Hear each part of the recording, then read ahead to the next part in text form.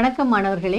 இந்த வீடியோவில் நீங்க மின்னூட்டம் என்றால் என்ன, அதனுடைய அடிப்படை பண்புகள் என்னெல்லாம் அப்படிங்கறத பார்க்க போறீங்க. முதல்ல இந்த உலகத்துல இருக்கக்கூடிய எல்லா பொருட்களுமே, நம்ம பார்க்கக்கூடிய எல்லா பொருட்களுமே அணுக்களினால் ஆனவை அப்படிங்கிறது நமக்கு தெரியும். இந்த அணுக்கள் எதனால் ஆனவை அப்படிங்கிறத ஒரு அட்டாமிக் ஸ்ட்ரக்சரை பார்த்து நம்ம தெரிஞ்சுக்கலாம் வாங்க. அணுக்கள் புரோட்டான், நியூட்ரான் மற்றும் எலக்ட்ரான் அப்படின்னு 3 வகையான துகள்களால் ஆனவை அப்படிங்கிறது நமக்கு தெரியும். இந்த அணுவினுடைய அமைப்பு எப்படி இருக்கும் அப்படின்னு சொல்லி பார்த்தோம் அப்படின்னா, இந்த அணுவுக்கு நடுவுல ஒரு சிறிய அணுக்கரு இருக்கும். இந்த அணுக்கருவினுடைய விட்டம் பார்த்தோம் அப்படின்னா அப்ராக்சிமேட்லி பார்த்தோம் அப்படின்னா 10⁻⁻15 மீட்டர்ஸ் இருக்கும். இந்த அணுக்கருக்குள்ளதான் புரோட்டான்களும் நியூட்ரான்களும் இருக்கும். இந்த அணுக்கருவை சுற்றி எலக்ட்ரான்கள் குறிப்பிட்ட சுற்றுப்பாதைகள்ல இருக்கும். இந்த அணுவினுடைய மையத்திலிருந்து இந்த எலக்ட்ரான் இருக்கக்கூடிய அதிகபட்ச தூரம் எடுத்துக்கிட்டோம் அப்படின்னா பார்த்தோம்னா 10⁻⁻10 மீட்டர்ஸ் இருக்கும். இந்த அணுவினுடைய நிறை பார்க்கும் போது அது அணுவினுடைய நிறையில 99.9% நிறை பார்த்தோம் அப்படின்னா இந்த புரோட்டான்கள் மற்றும் நியூட்ரான்களுடைய நிறை தான். மீதி 0.1% தான் இந்த எலக்ட்ரான்களுடைய நிறை. அப்போ எந்த அளவுக்கு எலக்ட்ரான்கள் புரோட்டான்கள் எலக்ட்ரான்களை விட நிறை குறைந்தது அப்படிங்கிறது இதன் மூலமாக நமக்கு தெரிஞ்சுக்கலாம். இப்போ இவற்றினுடைய நிறை என்ன அப்படின்னு சொல்லி பார்த்தோம் அப்படின்னா, புரோட்டானுடைய நிறை 1.67 × 10⁻⁻27 கிலோகிராம். நியூட்ரானும் ஏறத்தாழ அதே நிறைதான். ஆனா எலக்ட்ரானுடைய நிறை பார்த்தீங்கன்னா 9.11 × 10⁻⁻31 கிலோகிராம். சரி, அப்போ புரோட்டான்கள் நியூட்ரான்களை காட்டிலும் எலக்ட்ரான் மிகவும் இடை குறைந்த ஒன்று அப்படிங்கிறது நமக்கு இதன் மூலமாக தெரிகிறது. எப்படி நாம இந்த புரோட்டான்கள், நியூட்ரான்கள், எலக்ட்ரான்களுடைய நிறை பற்றி சொல்றோமோ அதே போல இவற்றினுடைய இன்னொரு பண்பு, அடிப்படை பண்பு தான் இந்த மின்னூட்டம் அப்படின்னு நம்ம சொல்லக்கூடியது. இந்த உலகத்துல 2 வகையான மின்னூட்டங்கள் இருக்கு. ஒண்ணு நம்ம பாசிட்டிவ் அப்படின்னு சொல்லி சொல்றோம், இன்னொன்னு நெகட்டிவ் அப்படின்னு சொல்லி நம்ம சொல்றோம். இந்த புரோட்டான்களுக்கு இருக்கக்கூடிய மின்னூட்டத்தை நம்ம பாசிட்டிவ் சார்ஜ்னு சொல்றோம். எலக்ட்ரானுக்கு இருக்கக்கூடிய மின்னூட்டத்தை நம்ம நெகட்டிவ் சார்ஜ் அப்படின்னு சொல்லி சொல்றோம். இந்த நியூட்ரானுக்கு எந்த சார்ஜுமே கிடையாது. இந்த புரோட்டானுடைய சார்ஜும் எலக்ட்ரானுடைய சார்ஜும் ஒன்றுக்கொன்று சமமான சார்ஜ். ஆனா ரெண்டும் இருவேறு வகையை சார்ந்தது. இப்போ ஒரு அணுவை நம்ம எடுத்துக்கிட்டோம் அப்படின்னா அந்த அணு மின் நடுநிலையில இருக்கும். அதாவது அதுக்கு பாசிட்டிவ் சார்ஜும் இருக்காது, நெகட்டிவ் சார்ஜும் இருக்காது. ஏன்னா சாதாரணமாக ஒரு அணு நம்ம எடுத்துக்கிட்டோம் அப்படின்னா அதுல இருக்கக்கூடிய புரோட்டான்களுடைய எண்ணிக்கையும் எலக்ட்ரான்களுடைய எண்ணிக்கையும் சமமாக இருக்கும். அவ புரோட்டானுடைய எண்ணிக்கையும் எலக்ட்ரானுடைய எண்ணிக்கையும் சமமாக இருக்கு அப்படின்னா ஒரு புரோட்டானுடைய சார்ஜ் ஒரு எலக்ட்ரானுடைய சார்ஜுக்கு சமம்னு நமக்கு ஏற்கனவே தெரியும். அப்போ நம்ம ஆனா ரெண்டும் ஒன்று பாசிட்டிவ் அப்படின்னா இன்னொன்று நெகட்டிவ். அப்போ ஒரு அணுவினுடைய நிகர மின்னூட்டம் நம்ம கண்டுபிடிக்கும் போது அதனுடைய மதிப்பு எப்பவுமே சுழியாகத்தான் இருக்க முடியும் இல்லையா? ஏன்னா பாசிட்டிவ் சார்ஜும் நெகட்டிவ் சார்ஜும் சம அளவுல இருக்கு. அதனால இப்போ புரோட்டானினுடைய சார்ஜினுடைய மதிப்பு என்ன அப்படின்னு சொல்லி பார்த்தீங்கன்னா அது +1.6 × 10⁻⁻19 கூலும். இந்த கூலும்ங்கிறதா நம்ம சார்ஜினுடைய யூனிட் பார்த்தோம் அப்படின்னா கூலும். அதே மாதிரி எலக்ட்ரானுடைய சார்ஜ் பார்த்தோம் அப்படின்னா -1.6 × 10⁻⁻19 கூலும். இப்போ நீங்க பாத்தீங்க அப்படின்னா புரோட்டானுடைய சார்ஜும் எலக்ட்ரானுடைய சார்ஜும் ஒன்றுக்கொன்று சமமாக இருக்குன்னு பாக்குறீங்க. ஆனா ஒன்று பாசிட்டிவ், இன்னொன்று நெகட்டிவ். நியூட்ரானுக்கு எந்த சார்ஜும் கிடையாது. இது மின் நடுநிலையில இருக்கு. இதனுடைய சார்ஜ் 0. அடுத்து ஒரு பொருள் எவ்வாறு மின்னேற்றம் அடைகிறது அப்படிங்கிறத புரிஞ்சுக்கலாம் வாங்க. நம்ம ஏற்கனவே ஒரு பொருளை இன்னொரு பொருளோடு தேய்க்கும் போது அது மின்னேற்றம் அடைகிறது அப்படிங்கிறது நம்ம 600 BC-லேயே கண்டுபிடிக்கப்பட்டது இல்லையா? கிரேக்கர்கள் காலத்திலேயே ஆம்பரை ஒரு விலங்கினுடைய ரோமத்தின் மீது தேய்க்கும் போது அது மற்ற பொருட்களை ஈர்க்க தொடங்குகிறது. அதாவது அது மின்னேற்றம் அடைகிறது அப்படிங்கிறத நம்ம பார்த்தோம். இதற்கான காரணம் என்ன அப்படிங்கிறத நம்மளுடைய இப்போதைய புரிதல் வைத்து நம்ம விளக்கலாம். பொருட்கள் அணுக்களினால் ஆனவை அப்படின்னு நம்ம ஏற்கனவே பார்த்தோம். ஒரு அணு சாதாரணமாக இருக்கும்போது எலக்ட்ரிக்கலி நியூட்ரல், மின் நடுநிலையில இருக்கும். அதே ஒரு அணுவிலிருந்து ஒரு எலக்ட்ரான் ஏதோ ஒரு காரணத்தினால வெளியேறினால் அந்த அணு என்ன ஆகும்? Positively charge. அதில் இருக்கக்கூடிய புரோட்டான்களுடைய எண்ணிக்கை எலக்ட்ரான்களுடைய எண்ணிக்கையை காட்டிலும் அதிகமாக மாறும். அப்படி இருக்கும்போது அந்த அணு பாசிட்டிவ்லி சார்ஜ், அதாவது பாசிட்டிவ் அயான் அப்படின்னு சொல்லி நம்ம சொல்லுவோம். அதே நேரம் ஒரு அணு எலக்ட்ரான்களை பெற்றுக்கொண்டால், ஏதோ ஒரு காரணத்தினால எலக்ட்ரான்களை பெற்றுக்கொண்டால் அப்படிப்பட்ட அணு நெகட்டிவ்லி சார்ஜாக மாறுகிறது, அல்லது நெகட்டிவ் அயானாக மாறுகிறது அப்படின்னு சொல்லி நம்ம சொல்லுவோம். இந்த மாதிரி ஒரு அணு எலக்ட்ரான்களை இழப்பதும் எலக்ட்ரான்களை பெறுவதையும் இந்த ப்ராசஸ் நம்ம அயனைசேஷன், அயனியாக்கம் அப்படின்னு சொல்லி நம்ம அணுவை அயனியாக்கம் செய்தல் அப்படின்னு சொல்லி நம்ம சொல்லுவோம். சரி, இது ஒரு அணுவை பொறுத்த அளவுக்கு. இப்போ ஒரு பொருள் எவ்வாறு மின்னேற்றம் அடைகிறது? ஒரு பொருள் நம்ம சொல்லும் போது அந்த பொருள்ல பல அணுக்கள் இருக்கும் இல்லையா? பல கோடிக்கணக்கான அணுக்கள் இருக்கும் ஒரு பொருள்ல. அப்போ இந்த அணுக்கள் ஏதோ ஒரு காரணத்தினால எலக்ட்ரான்களை இழக்கும் போது, இப்போ ஏதோ ஒரு காரணத்தினால சொல்லும் போது நம்ம இங்க பார்த்த எக்ஸாம்பிள் ஒரு பொருளை இன்னொரு பொருளோடு தேய்க்கும் போது அப்படின்னு சொல்லி நம்ம பார்த்தோம் இல்லையா? தேய்க்கும் போது மின்னேற்றம் அடைகிறது அப்படிங்கறத நம்ம பார்த்தோம். இரண்டு பொருட்களை ஒன்றோடு ஒன்று தேய்க்கும் போது அதுல இரண்டு பொருட்கள்ல எந்த பொருளுக்கு எலக்ட்ரான் நாட்டம் குறைவாக இருக்கிறதோ அந்த பொருள் வந்து தன்னுடைய எலக்ட்ரானை அந்த இன்னொரு பொருளுக்கு கொடுக்கும். அப்படி எலக்ட்ரான் நாட்டம் அதிகமாக இருக்கக்கூடிய பொருள் வந்து அந்த எலக்ட்ரானை பெற்றுக்கொள்ளும். இப்படி பெற்றுக்கொள்வதன் காரணமாக அந்த எலக்ட்ரானை பெற்றுக்கொண்ட பொருள் வந்து நெகட்டிவ்லி சார்ஜாக மாறிடும். அதே நேரம் அந்த எலக்ட்ரானை இழந்த பொருள் வந்து பாசிட்டிவ்லி சார்ஜாக மாறிடும். இப்படிதான் வந்து தேய்ப்பதன் மூலமாக இரண்டு பொருட்களும் வந்து மின்னேற்றம் அடைந்ததாக மாறுகிறது. இப்ப அடுத்து நாம வந்து இந்த மின்னூட்டத்தினுடைய அடிப்படை பண்புகள் என்னெல்லாம் அப்படிங்கறத பார்க்கலாம் வாங்க. இதுக்கு 3 அடிப்படை பண்புகள் இருக்கு. ஒண்ணு வந்து கன்சர்வேஷன் ஆஃப் சார்ஜஸ், அதாவது மின்னூட்டத்தினுடைய மாறாத்தன்மை. மின்னூட்டத்தினுடைய மாறாத்தன்மை அப்படின்னா என்ன அப்படின்னா, இந்த உலகத்துல இருக்கக்கூடிய இந்த பிரபஞ்சத்துல இருக்கக்கூடிய மொத்த மின்னூட்டத்தினுடைய மதிப்பு வந்து எப்பவுமே மாறாமல் இருக்கும். எந்த இயற்கை நிகழ்வு நிகழ்ந்தாலும் சரி, அந்த இயற்கை நிகழ்வினுடைய முடிவுல மொத்த மின்னூட்ட மாற்றம் இருக்கு, மின்னூட்டத்தில் ஏற்படக்கூடிய மொத்த மாற்றம் இருக்கு இல்லையா, அது வந்து எப்பவுமே சுழியாகத்தான் இருக்க முடியும். அப்படி சுழியாக இருக்கக்கூடிய காரணத்தினால இந்த உலகத்துல இருக்கக்கூடிய மொத்த மின்னூட்டம் வந்து எப்பொழுதுமே மாறாமல் இருக்கும். அதனால மின்னூட்டத்தை வந்து நம்ம புதிதாக உருவாக்கவும் முடியாது, அந்த மின்னூட்டத்தை நம்ம வந்து அழிக்கவும் முடியாது. அப்படிங்கிறதா வந்து இது கன்சர்வேஷன் ஆஃப் சார்ஜஸ் அல்லது மின்னூட்டத்தின் மாறாத்தன்மை. இதே போல ஒரு கன்சர்வேஷன்லாம் நீங்க எங்க படிச்சிருக்கீங்க? கன்சர்வேஷன் ஆஃப் எனர்ஜி படிச்சிருக்கீங்க, கன்சர்வேஷன் ஆஃப் மொமெண்டம் படிச்சிருக்கீங்க இல்லையா? அதே போல இது வந்து கன்சர்வேஷன் ஆஃப் சார்ஜஸ். ஒரு தனித்த அமைப்பு, ஒரு ஐசோலேட்டட் சிஸ்டம் நம்ம எடுத்துக்கிட்டோம் அப்படின்னா, பல சார்ஜ் பாடிஸை கொண்ட ஒரு ஐசோலேட்டட் சிஸ்டம் நம்ம எடுத்துக்கிட்டோம் அப்படின்னா, இங்க பாருங்க 4 சார்ஜ் பாடிஸ் இங்க பாக்குறீங்க. இந்த முதலாவது சார்ஜ் பாடிக்கு வந்து +3 கூலும் சார்ஜ் இருக்கு, ரெண்டாவது சார்ஜ் பாடிக்கு +5 கூலும் சார்ஜ் இருக்கு, மூணாவதுக்கு -2 கூலும்ஸ் இருக்கு, -4 கூலும்ஸ் இருக்கு. இப்போ இது வந்து ஒரு ஐசோலேட்டட் சிஸ்டம், ஒரு தனித்த ஒரு அமைப்பு. தனித்த அமைப்புன்னு என்ன அர்த்தம்? இங்க வந்து வேற எங்கேருந்து வெளியிலிருந்து வந்து சார்ஜஸ் மின்னூட்டம் உள்ளே வரவும் முடியாது, உள்ள இருக்கக்கூடிய மின்னூட்டம் இங்கேருந்து வெளியே செல்லவும் முடியாது. இப்படிப்பட்ட ஒரு அமைப்பு இருந்தது அப்படின்னா இந்த அமைப்புல வந்து இருக்கக்கூடிய நிகர மின்னூட்டத்தினுடைய மதிப்பு வந்து எப்பவுமே வந்து ஒரு கான்ஸ்டன்ட் வேல்யூ, ஒரு மாறாத ஒரு மதிப்பாக மட்டுமே இருக்க முடியும். இப்போ இந்த அமைப்பினுடைய நிகர மின்னூட்டம் என்ன? நிகர மின்னூட்டத்துக்கு நான் வந்து Q நெட்டுங்கிற பேர் கொடுக்குறேன். இந்த நிகர மின்னூட்டம் எப்படி கால்குலேட் பண்ணுவோம்? இந்த முதலாவது சார்ஜ் பாடியில் இருக்கக்கூடிய சார்ஜ் ப்ளஸ் ரெண்டாவது சார்ஜ் பாடியில் இருக்கக்கூடிய சார்ஜ், மூணாவது ப்ளஸ் நாலாவது இல்லையா? பண்ணோம் அப்படின்னா +3 கூலும் +5 கூலும் -2 கூலும் -4 கூலும், அதாவது எவ்வளோ வருது? +3 +5 8, 8 - 2 6, 6 - 4 2, அதாவது +2 கூலும் சார்ஜ். இதுதான் வந்து இதனுடைய நிகர மின்னூட்டம். இப்போ ஒரு தனித்த அமைப்புல நடக்கக்கூடிய ஏதோ ஒரு ப்ராசஸ் நிகழ்வு மூலமாக இந்த உள்ளே இருக்கக்கூடிய இந்த மின்னூட்டம் பெற்ற இந்த துகள்கள் இல்ல பொருட்கள் இருக்கு இல்லையா, இவற்றில் இருக்கக்கூடிய மின்னூட்டங்கள்ல மாற்றம் ஏற்படலாம். ஆனா இந்த அமைப்பினுடைய மொத்த மின்னூட்டத்துல எந்த மாற்றமுமே ஏற்பட முடியாது, அல்லது மொத்த மின்னூட்டம் அல்லது நிகர மின்னூட்டத்துல எந்த மாற்றமுமே ஏற்பட முடியாது. அதாவது இப்ப பாருங்க, இப்ப இந்த அமைப்புல வந்து பாத்தீங்கன்னா இந்த ப்ளூ கலர்ல பார்க்கக்கூடிய சார்ஜ் பாடி இருக்கு இல்லையா, இது +3 கூலும்ல இருந்து +1 கூலுமாக மாறலாம், அதனுடைய மின்னூட்டத்துல மாற்றம் ஏற்படலாம். அதே மாதிரி இந்த ஒயிட் கலர்ல நீங்க பார்க்கக்கூடியது +5ல இருந்து +4 மாறி இருக்கு. இந்த கிரீன் கலர்ல -2ல இருந்து இன்னும் -2 இருக்கு. ஆனா இந்த ரெட் கலர் இருக்கக்கூடியது -4ல இருந்து -1 மாறி இருக்கு. இப்ப நம்ம என்ன பாக்குறோம்னா, இந்த மின்னூட்டம் பெற்ற இந்த சார்ஜ் பாடிஸ்க்கு நடுவில் இருக்கக்கூடிய சார்ஜஸ்ல மாற்றம் ஏற்பட்டிருக்கு.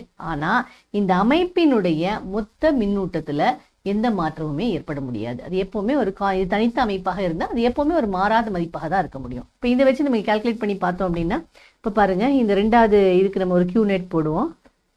இதனுடைய Q நெட்டுடைய மதிப்பு என்ன வருது பாருங்க, +1 +4 -2 -1, அதாவது 4 + 1 5, 5 - 2 3, 3 - 1 2, அப்போ +2 கூலும்.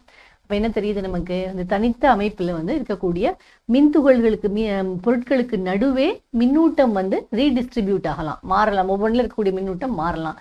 ஆனா அந்த அமைப்பினுடைய மொத்த மின்னூட்டம் வந்து ஒரு மாறாத மதிப்பு, ஒரு கான்ஸ்டன்ட் வேல்யூவாக தான் இருக்க முடியும் அப்படிங்கிறது நமக்கு வந்து தெரியுது. அடுத்து முக்கியமா நம்ம கவனிக்க வேண்டியது என்னன்னா, சில சமயம் சில ப்ராசஸின் போது, முக்கியமாக பாத்தீங்கன்னா கதிர் இயக்கத்தின் போது, ரேடியோ ஆக்டிவிட்டியின் போது சில நேரம் வந்து மின்னூட்டத்தை கொண்ட துகள்கள் அல்லது மின் துகள்கள் வந்து உருவாக்கப்படுகின்றன.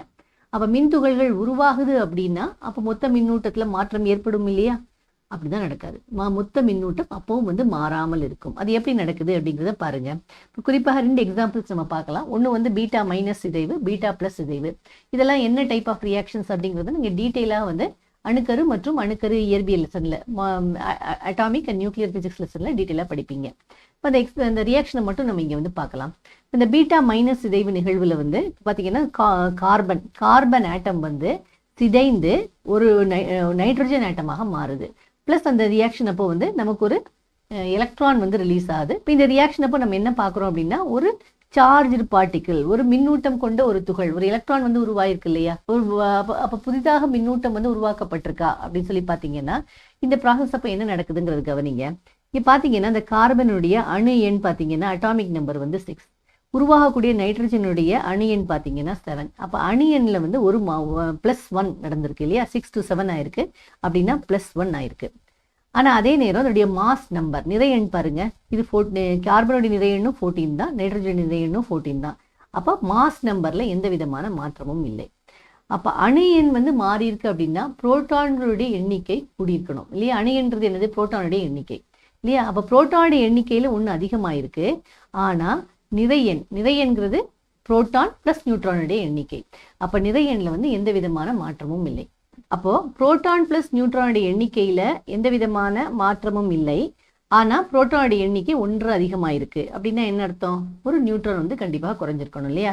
அப்ப இந்த ரியாக்ஷன் இப்ப என்ன நடக்குது அப்படின்னா, ஒரு நியூட்ரான் வந்து ஒரு புரோட்டானையும் உருவாக்குது, ஒரு எலக்ட்ரானையும் உருவாக்குது. அப்ப அந்த உருவான புரோட்டான் காரணமாக தான் நம்ம இந்த அணு எண் வந்து 6லிருந்து 7ஆக மாறியதாக பார்க்கிறோம். ஆனா இந்த நியூட்ரான் வந்து உருவாக்கும் போது பார்த்தீங்கன்னா புரோட்டானையும் உருவாக்கி எலக்ட்ரானையும் உருவாக்குது. அப்படின்னா இந்த ரியாக்ஷன் அப்போ மின்னூட்டத்தில் ஏற்பட்ட நிகர மாற்றம் எவ்வளவு, ஒரு புரோட்டானும் உருவாகுது, ஒரு எலக்ட்ரானும் உருவாகுது அப்படின்னா புரோட்டானுடைய மின்னூட்டமும் எலக்ட்ரானுடைய மின்னூட்டமும் சமமான அளவான மின்னூட்டம் இல்லையா. ஆனால் ஒன்று பாசிட்டிவ் ஒன்று நெகட்டிவ். அப்போ மின்னூட்டத்தில் ஏற்பட்ட நிகர மாற்றம் வந்து என்னாகும், சுழியாயிடும் இல்லையா. அதனால பார்த்தீங்கன்னா அப்போ இந்த பீட்டா மைனஸ் சிதைவு ரியாக்ஷன் போது நிகழ்வின் போது இந்த மாதிரி சார்ஜ்டு பார்ட்டிகிள்ஸ், மின்னூட்டம் பெற்ற துகள்கள், புரோட்டான் எலக்ட்ரான் போன்ற துகள்கள் உருவானால் கூட மின்னூட்டத்தில் ஏற்பட்ட நிகர மாற்றம் வந்து சுழியாகத்தான் இருக்க முடியும். அதே மாதிரி இந்த பீட்டா பிளஸ் சிதைவு இதன் போது என்ன நடக்குதுங்கிறது பாருங்க. ஒரு சோடியம் ஆட்டம் வந்து பாத்தீங்கன்னா நியானாக மாறுது. இதுலயும் பாத்தீங்கன்னா இதுல வந்து அணு எண் வந்து குறைஞ்சிருக்கு, 11ல இருந்து 10ஆக மாறி இருக்கு. அப்ப அணு எண்ணில் 1 குறைஞ்சிருக்கு, ஆனா நிறை எண் வந்து மாறாமல் இருக்கு. அப்படின்னா என்ன அர்த்தம், 1 குறைஞ்சிருக்குன்னா புரோட்டானுடைய எண்ணிக்கை குறைஞ்சிருக்கு, ஆனா நிறை எண் புரோட்டான் பிளஸ் நியூட்ரானுடைய எண்ணிக்கையில வந்து எந்த மாற்றமும் இல்லை. அப்படின்னா ஒரு நியூட்ரான் அதிகமாக ஆட் ஆயிருந்திருக்கணும் இல்லையா, சேர்ந்திருக்கணும், அப்படிதான் உருவாயிருக்கணும் இல்லையா. அப்பதான் வந்து நிறை எண்ணில் வந்து மாற்றம் இல்லாமல் இருக்கும். இந்த ரியாக்ஷன் அப்ப என்ன நடக்குதுன்னு பாத்தீங்கன்னா, இந்த புரோட்டான் வந்து ஒரு நியூட்ரான் பிளஸ் ஒரு பாசிட்ரானை உருவாக்குது. இந்த பாசிட்ரான் பாத்தீங்கன்னா இந்த எலக்ட்ரானை போன்ற ஒரு பார்ட்டிகிள், ஆனா இதனுடைய மின்னூட்டம் வந்து புரோட்டானை போன்ற மின்னூட்டத்தை கொண்டது. அதனால பாத்தீங்க அப்படின்னா இந்த புரோட்டானுக்கு என்ன மின்னூட்டம் இருந்ததோ அதே மின்னூட்டத்தை கொண்டு ஒரு துகள் வந்து உருவாகுது. அப்படி இருக்க காரணத்தினால இந்த ப்ராசஸின் போது நிகழ்வின் போது நடந்த மின்னூட்டத்தில் ஏற்பட்ட நிகர மாற்றம் வந்து சுழியாக இருக்கும். அதுதான் வந்து இங்கே போட்டிருக்காங்க. சில இயற்கை நிகழ்வுகளின் போது மின்னூட்டம் பெற்ற துகள்கள் வந்து உருவாக்கப்படுகிறது. ஆனா அப்படிப்பட்ட ரியாக்ஷன்ஸ்ல கூட மின்னூட்டத்தினுடைய நிகர மின்னூட்டத்தினுடைய மதிப்பு வந்து மாறாமலேயே இருக்கும், ஒரு கான்ஸ்டன்ட் வேல்யூவா தான் இருக்க முடியும் அப்படின்னு சொல்லி சொல்றாங்க. இதுதான் வந்து law of conservation of charges. அடுத்த ப்ராப்பர்ட்டி என்ன அப்படின்னு பார்த்தோம்னா குவான்டைசேஷன் ஆஃப் சார்ஜஸ், மின்னூட்டத்தினுடைய குவாண்டமாக்கல். அப்படின்னா என்னங்கிறத பார்க்கலாம் வாங்க. The charge on any object is equal to the integral multiple of a fundamental unit of charge E. Q equal to n into E, where n is any integer 0 plus or minus 1 plus or minus 2 plus or minus 3 and so on. And E is 1.6 into 10 to the power of minus 19 coulomb. எந்த ஒரு பொருளிலும் உள்ள மின்னூட்டத்தின் மதிப்பு ஒரு அடிப்படை மதிப்பின் முழு மடங்காகவே இருக்கும். ஒரு பொருள் மின்னேற்றம் அடையுது அப்படின்னா அந்த பொருள் வந்து எதனால் மின்னேற்றம் அடைகிறது, ஒன்று அது வந்து எலக்ட்ரான்களை இழப்பதன் மூலமாக மின்னேற்றம் அடையலாம், அல்லது எலக்ட்ரான்களை பெறுவதன் மூலமாக மின்னேற்றம் அடையலாம். இப்போ ஒரு பொருள் வந்து எலக்ட்ரான்களை இழப்பதன் மூலமாகவோ அல்லது எலக்ட்ரான்களை பெறுவதன் மூலமாக மின்னேற்றம் அடைஞ்சது அப்படின்னா அதில் இருக்கக்கூடிய மொத்த நிகர மின்னூட்டம் வந்து எதற்கு சமமாக இருக்கும், எத்தனை எலக்ட்ரான்கள் அந்த பொருள் இழந்ததோ அல்லது அந்த பொருள் பெறுகிறதோ மல்டிப்ளைடு பை ஒரு எலக்ட்ரானுடைய மின்னூட்டம். அதுதான் இங்கே போட்டிருக்காங்க. ஒரு பொருளினுடைய மின்னூட்டம் வந்து எப்போவுமே வந்து எதுக்கு சமமாக இருக்கும் அப்படின்னு சொல்லி நம்ம பார்த்தோம் அப்படின்னா n இன்டூ இ. நம்ம எலக்ட்ரான்களுடைய மாற்றம்னு எடுத்துக்கிட்டோம் அப்படின்னா எத்தனை எலக்ட்ரான்கள் மாற்றப்பட்டது அப்படிங்கிறது அந்த n. அது என்னங்கிறது மதிப்பு எப்படி இருக்கும், எலக்ட்ரான்கள் போது 1 2 3 4 5 இப்படி தான் இருக்க முடியும் இல்லையா. இதுல ஏன் நெகட்டிவ் வருது, -1 -2 இதெல்லாம் ஏன் வருது, ஏன்னா எலக்ட்ரான்கள் வந்து ஒரு பொருள் வந்து எலக்ட்ரான்களை இழக்கலாம் அல்லது எலக்ட்ரான்களை வந்து பெறலாம் இல்லையா. எலக்ட்ரான்களை பெறும்போது அந்த பொருள் வந்து நெகட்டிவ்லி சார்ஜாக மாறுது. அந்த டைமில் வந்து இந்த எண்ணினுடைய மதிப்பு வந்து நம்ம மைனஸ்ன்னு பயன்படுத்துகிறோம். எலக்ட்ரான்களை இழக்கும் போது இந்த பொருள் வந்து பாசிட்டிவ்லி சார்ஜாக மாறுது. அந்த டைமில் வந்து நம்ம இந்த எண்ணினுடைய மதிப்பு வந்து பாசிட்டிவாக பயன்படுத்தணும். பாருங்க, எலக்ட்ரானுடைய சார்ஜ் வந்து நம்ம வழக்கமாக -e சொல்கிறோம். அந்த மதிப்பு வந்து 1.6 × 10⁻−19 கூலும். அப்போ ஒரு பொருளில் இருக்கக்கூடிய மின்னூட்டம்ங்கிறது 1.6 × 10⁻−19 கூலும் மல்டிப்ளைடு பை எத்தனை மின்துகள்கள் அந்த பொருள் பெற்றது அல்லது இழந்தது அப்படிங்கிறது. சரி, அதே மாதிரி சார்ஜ் ஆன் புரோட்டான் வந்து +e இல்லையா. அந்த ஈங்கிறது தான் 1.6 × 10⁻−19 கூலும். அது ஒரு எலக்ட்ரான் அல்லது ஒரு புரோட்டானினுடைய சார்ஜினுடைய மதிப்பு. Charge quantisation is not appreciable at the macroscopic level. நம்ம பார்க்கக்கூடிய பொருட்கள் இருக்கு இல்லையா, அந்த மாதிரி பொருட்கள்ல இப்போ ஒரு பொருள் வந்து ஒரு மைக்ரோ கூலும் சார்ஜ் மின்னூட்டத்தை பெறுகிறதுன்னு வச்சுக்கலாம். அதோட பொருளோட நிகர மின்னூட்டம் ஏதோ ஒரு ப்ராசஸ் மூலமாக தேய்ப்பதன் மூலமாகவோ அல்லது இன்னொரு பொருளை தொடுவதன் மூலமாகவோ ஒரு மைக்ரோ கூலும் சார்ஜ் பெறுகிறது, மின்னூட்டத்தை பெறுகிறதுன்னு வச்சுக்கலாம். அப்போ ஒரு மைக்ரோ கூலும் மின்னூட்டத்தை அது பெறுவதாக இருந்தால் எத்தனை எலக்ட்ரான்களை அது வந்து பெற்றிருக்கும். இது வந்து எலக்ட்ரான் பெற்ற ஒரு கேஸாக நம்ம வந்து எடுத்துக்கலாம். அப்படின்னு பார்த்தோம் அப்படின்னா இப்போ ஒரு மைக்ரோ கூலும்னா 1 × 10⁻−6 கூலும். அது டிவைடட் பை ஒரு எலக்ட்ரானுடைய சார்ஜ் எவ்வளவு 1.6 × 10⁻−19 கூலும். இது பண்ணும்போது நமக்கு வந்து எத்தனை எலக்ட்ரான்கள் பெறப்பட்டது அல்லது இழக்கப்பட்டது அப்படிங்கிறது நமக்கு தெரியும். இது சால்வ் பண்ணீங்கன்னா 1/1.6 வந்து 0.625 × 10⁻⁻6 × 10⁻−19, அதாவது 0.625 × 10⁻−19 இல்லை +19 இல்லையா, நியூமரேட்டருக்கு வந்ததுன்னா -6 + 19 அப்படின்னா எவ்வளவு +13 இல்லையா. அதாவது 6.25 × 10⁻12 எலக்ட்ரான்ஸ். எண்ணினுடைய மதிப்பு 6.25 × 10⁻12. அப்போ எவ்வளவு எலக்ட்ரான்ஸ் வந்து ஒரு பொருளுக்கு கொடுக்கப்பட்டிருக்கு, நம்ம பொருள் கொடுக்கப்பட்டதாக நம்ம எடுத்துக்கிட்டோம் அப்படின்னா மொத்தம் ஒரு மைக்ரோ கூலும் சார்ஜ் மின்னூட்டம் நிகர மின்னூட்டம் ஒரு பொருள் பெறுவதாக இருந்தாலே 6.25 × 10⁻12 எலக்ட்ரான்ஸ் வந்து அந்த பொருளுக்கு வந்து மாற்றப்பட்டிருக்கணும். அப்போ நம்ம மேக்ரோஸ்கோப்பிக்காக பார்க்கும்போது ஒரு பெரிய பெரிய அளவில் இருக்கக்கூடிய பொருட்களை பார்க்கும்போது நுண்ணிய நிலைக்கு போகாமல் ஒரு அணு அந்த மாதிரி அணுவினுடைய லெவலுக்கு போகாமல் ஒரு பொருளில் இருக்கக்கூடிய மின்னூட்டம் அப்படின்னு பார்க்கும்போது வெறும் மைக்ரோ கூலும் சார்ஜுக்கு இவ்வளவு எலக்ட்ரான்ஸ் வந்து டிரான்ஸ்ஃபர் ஆவதாக இருந்தால் நம்ம இதை வந்து எலக்ட்ரான்களை இந்த சார்ஜை நம்ம வந்து கன்சிடர் பண்ணும்போது இது வந்து பிரிநிலை கொண்டதாக நம்ம வந்து டிஸ்கிரீட்டாக தனித்தனியான சார்ஜாக நம்ம கன்சிடர் பண்ண வேண்டிய அவசியம் இல்லை. இது வந்து மொத்தமாக தொடர்ச்சியாக பரவி இருக்கிறதாக நம்ம வந்து எடுத்துக்கலாம். அதான் இங்க வந்து கொடுத்துருக்காங்க. நம்ம நடைமுறையில் நம்ம பார்க்கக்கூடிய பொருட்களுக்கு மின்னூட்டத்தினுடைய இந்த குவாண்டம் ஆக்களை பத்தி நம்ம வந்து பெரிதாக கவலைப்பட வேண்டிய அவசியம் இல்லை. ஆகவே மின்னூட்டத்தை நம்ம இந்த மாதிரி நம்ம பார்க்கக்கூடிய பொருட்கள்ல வந்து நம்ம மின்னூட்டத்தை வந்து பிரிவுநிலை இல்லாமல் பிரிவுநிலையற்ற தொடர் மதிப்புகளை கொண்டதாக கண்டினியூஸாக டிஸ்ட்ரிபியூட் ஆயிருக்கிறதாக நம்ம வந்து எடுத்துக்கிட்டு அதன் மூலமாக நம்ம சிம்பிளாக வந்து இந்த சார்ஜினால உருவான மின்புலம் இதெல்லாம் வந்து நம்ம கால்குலேட் பண்ணலாம். ஆனால் அதே நேரம் நம்ம நுண்ணிய நிலை ஒரு ஆட்டம் அணு அளவுக்கு நம்ம போகும்போது நம்ம இந்த மாதிரி இந்த சார்ஜஸ் ஒரு அணுவுக்கு கொடுக்கப்பட்டுள்ள மின்னூட்டம் அப்படின்லாம் நம்ம பார்க்கும்போது நம்ம இந்த மாதிரி இதனுடைய பிரிநிலை வந்து கண்டிப்பாக கருதணும். அப்போ அந்த மாதிரி கேஸ்ல வந்து நம்ம வந்து தொடர்ச்சியாக இருப்பதாக கருத முடியாது. அடுத்தபடியாக பார்த்தீங்கன்னா additivity of charges. Additivity of charges வந்து ஒரு சிம்பிளான வருது.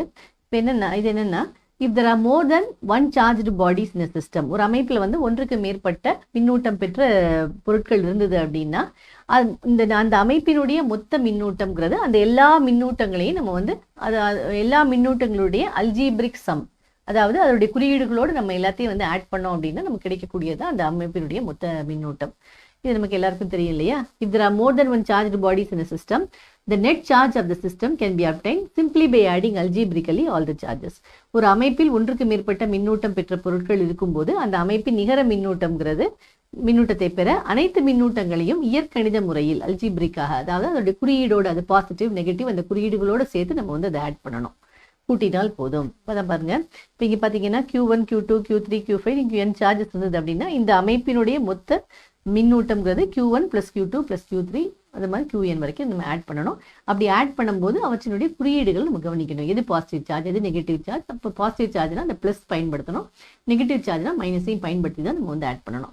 ஒரு உதாரணத்துக்கு எடுத்துக்கிட்டோம் அப்படின்னா இப்போ இது Q1ன்றது நம்ம +5 கூலும்ஸ் எடுத்துக்கலாம், Q2 வந்து +3ன்னு எடுத்துக்கலாம், Q3 வந்து -2ன்னு எடுத்துக்கலாம், Q4 வந்து -1ன்னு எடுத்துக்கலாம், -2 கூலும் -1 கூலும். அதே மாதிரி Q5 வந்து ஒரு +2 கூலும்னு எடுத்துக்கலாம்.